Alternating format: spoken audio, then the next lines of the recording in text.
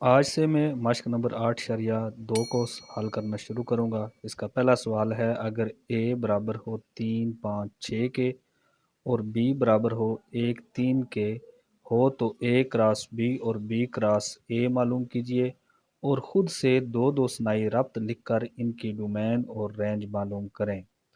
اب ہمیں دو سیٹ دیے گئے ہیں، ایک ہے A اور دوسرا ہے B۔ تو سب سے پہلے ہم A کراس B معلوم کر لیتے ہیں۔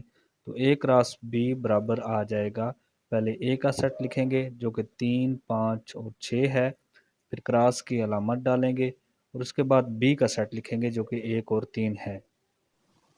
A کراس B A اور B کے درمیان کارٹیزین پروڈکٹ یا کارتیسی حاصل ضرب کہلاتا ہے۔ A کراس B کے سیٹ میں آرڈرڈ پیئرز آتے ہیں اور ہر آرڈرڈ پیئر کا پہلا رکن جو ہے وہ پہلے سیٹ یعنی A میں سے آئے گا اور دوسرا رکن دوسرے سیٹ یعنی B میں سے آئے گا۔ تو A کراس B کے سیٹ میں ہم 3 لکھیں گے A کے سیٹ میں سے اور 1 لکھیں گے B کے سیٹ میں سے، تو جو پہلا آرڈرڈ پیئر آ جائے گا 3,1 آ جائے گا۔ دوسرا پھر 3 کو ہم 3 کے ساتھ لکھیں گے، 3 کو 1 اور 3 کے ساتھ لکھنے کے بعد پھر ہم 5 کو 1 کے ساتھ لکھیں گے، پھر 5 کو 3 کے ساتھ لکھیں گے، پھر اسی طرح 6 کو 1 کے ساتھ لکھیں گے اور 6 کو 3 کے ساتھ لکھیں گے۔ A کراس B معلوم کرنے کے بعد ہم نے اس کے کوئی سے دو ثنائی ربط لکھنے ہیں اور پھر ان کی ڈومین اور رینج معلوم کرنی ہے۔ ثنائی ربط کو انگلش میں بائنری ریلیشن کہا جاتا ہے، تو پہلے ثنائی ربط کو ہم R1 سے ظاہر کریں گے اور اس کے سیٹ میں ہم A کراس B کے سیٹ میں سے کچھ اپنی مرضی کے مترتب جوڑے لکھ لیں گے۔ تو یہاں پر میں نے 3 اور 1 اور 3 اور 3 دو مترتب جوڑے R1 میں لکھ لیے ہیں۔ اب میں R1 کی ڈومین معلوم کروں گا۔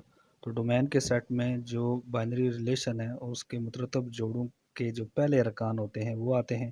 دونوں مترتب جوڑوں کے پہلے رکن کے مقام پر 3 ہی آ رہا ہے، تو ڈومین آف R1 میں صرف ایک ہی رکن ہوگا جو کہ 3 ہوگا۔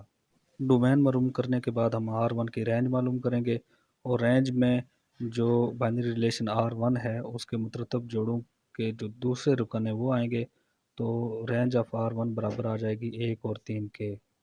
اس کے بعد میں R2 لکھوں گا جو کہ سیکنڈ بائنری ریلیشن ہے اور اس میں نے صرف ایک ہی مترتب جوڑا لکھا ہے جو کہ 5 اور 3 ہے۔ اب اس کی میں ڈومین معلوم کروں گا، تو ڈومین میں صرف ایک رکن آئے گا جو کہ 5 ہے، اور جب اس کی میں رینج معلوم کروں گا تو اس میں صرف ایک ہی رکن آئے گا جو کہ 3 ہے۔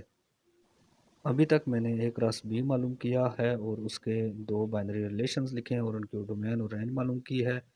ابھی میں B کراس A معلوم کروں گا اور اس کے دو بائنری ریلیشن یا ثنائی ربط لکھوں گا اور اس کے بعد ان کی ڈومین اور رینج معلوم کروں گا۔ تو سب سے پہلے B کراس A معلوم کرنے کے لیے میں B کا سیٹ لکھوں گا جو کہ 1 اور 3 ہے، پھر کراس کا سمبل ڈالوں گا، پھر A کا سیٹ لکھوں گا جو کہ 3, 5 اور 6 ہے۔ B کراس A کے سیٹ میں سب سے پہلے میں 1 کو 3 کے ساتھ لکھوں گا، پھر 1 کو 5 کے ساتھ لکھوں گا، پھر 1 کو 6 کے ساتھ لکھوں گا، پھر 3 کو 3 کے ساتھ لکھوں گا، 3 کو 5 کے ساتھ لکھوں گا اور 3 کو 6 کے ساتھ لکھوں گا۔ B کراس A معلوم کرنے کے بعد ہم سب سے پہلے اس کا پہلا بائنری ریلیشن یا ثنائی ربط لکھیں گے جسے ہم R1 سے ظاہر کریں گے۔ ثنائی ربط R1 میں نے B کراس A میں سے صرف ایک ہی آرڈرڈ پیئر یا مترتب جوڑا لکھا ہے جو کہ 3 و 3 ہے۔ R1 کی جب میں ڈومین معلوم کروں گا تو اس میں صرف ایک ہی رکن آئے گا جو کہ 3 ہوگا، اسی طرح رینج میں بھی ایک ہی رکن آئے گا جو کہ 3 ہوگا۔ اس کے بعد میں R2 جو کہ دوسرا ثنائی ربط ہوگا وہ معلوم کروں گا اور اس میں نے 4 مترتب جوڑے کے جو کہ 1 اور 3, 1 اور 5, 1 اور 6 اور 3 اور 3 ہیں وہ لکھے ہیں۔ جب اس کی میں ڈومین معلوم کروں گا تو اس کی ڈومین میں 1 اور 3 آ جائے گا، جبکہ جب میں اس کی رینج معلوم کروں گا تو اس میں 3, 5 اور 6 آ جائے گا۔ آج کی ویڈیو میں اتنا ہی۔ آخر میں آپ سے گزارش ہے کہ ہماری اس ویڈیو کو لائک کریں، ہمارے چینل کو سبسکرائب کریں اور ہماری اس ویڈیو کو اپنے دوستوں کے ساتھ شیئر کریں۔